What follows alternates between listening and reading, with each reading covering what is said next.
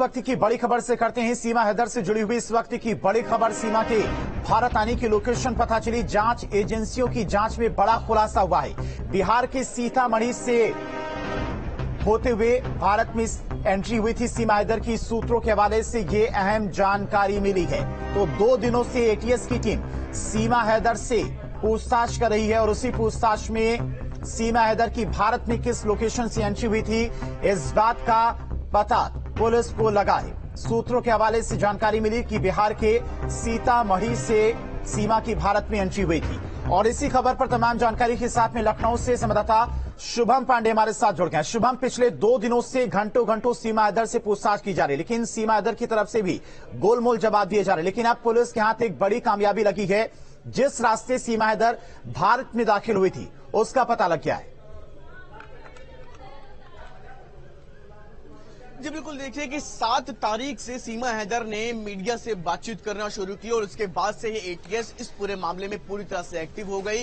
एक जो वो मीडिया से जब बातचीत कर रही थी, हर जवाब पर उसकी नजर थी। लिहाजा 17 तारीख को एटीएस ने इस पूरे मामले में अपनी कार्रवाई को बढ़ाया और कब, कैसे, कहां, उसको किन लोगों ने मदद की, किन लोगों से वो बातचीत करती रही, सोशल मीडिया पर सचिन से कैसे मिली, तो ऐसे तमाम सवाल जिनके जवाब तलाशने का काम एटीएस कर रही थी। और सबसे बड़ी बात इस पूरे मामले में ये थी कि आखिर वो पाकिस्तान से भारत कैसे आई, क्योंकि अब भारत की अगर सुरक्षा की दृष्टि से बात करें तो भारत की सीमाएं पूरी तरह से बेहतर सुरक्षा के साथ बनी हुई है, बेहतर सुरक्षा व्यवस्था है वहां पर। ऐसे में सबसे बड़ा सवाल यही उठ रहा था कि आखिर सीमा हैदर भारत में कैसे आई। तो अब इस पूरे मामले में सबसे बड़ी जानकारी सामने आ रही है कि बिहार के सीतामढ़ी के इलाके से उसने भारत में प्रवेश किया।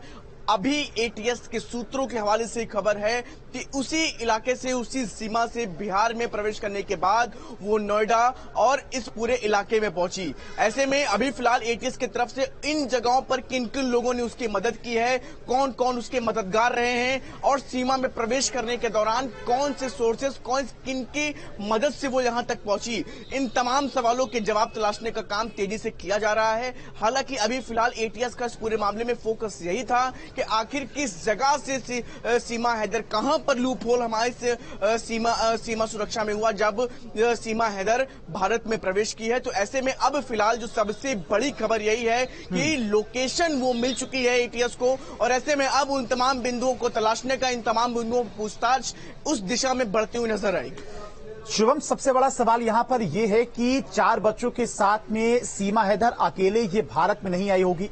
ऐसे में सवाल यहां पर यह भी उठता कि सचिन क्या सीमा हैदर की लगातार मदद कर रहा था।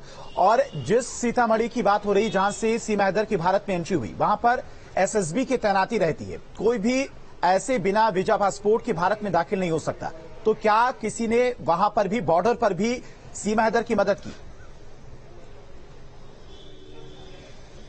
निश्चित तौर पर देखिए, ऐसी तमाम आशंकाएं हैं जिन पर एटीएस की नजर है, क्योंकि एटीएस जिन बच्चों के साथ सीमा हैदर भारत में प्रवेश की है, सीमा को पार किया है सीमा हैदर ने, उस सीमा पर आखिर कौन कौन लोग मददगार रहे, किन किन लोगों से उसने बातचीत की, भारत में आने के बाद उसने कौन कौन सी वेबसाइट या कहां पर उसने मदद लेने का प्रयास किया, उन तमाम बिंदुओं पर गहनता के साथ जांच कर रही है। और ऐसे में आप समझिए, अब जब पूछताछ इन तमाम बिंदुओं के साथ, ये पूछताछ में सबसे बड़ी जानकारी सामने आई है बिहार के सीतामढ़ी इलाके से, और अब वहां पर कौन लोग उसकी मदद कर रहे थे और आखिर जब अपने बच्चों के साथ सीमा हैदर पार करके बिहार से प्रवेश करती है तो निश्चित तौर पर आखिर किन किन लोगों ने बिना मदद के इतनी सीमा को पार करना काफी कठिन काम है। तो ठीक है शुभम, कहीं ना कहीं इन सब के पीछे कोई बड़ी साजिश भी हो सकती है। कौन मदद कर रहा था ये तो पूछताछ के बाद ही पता चल पाएगा, लेकिन सचिन की भूमिका इसमें क्या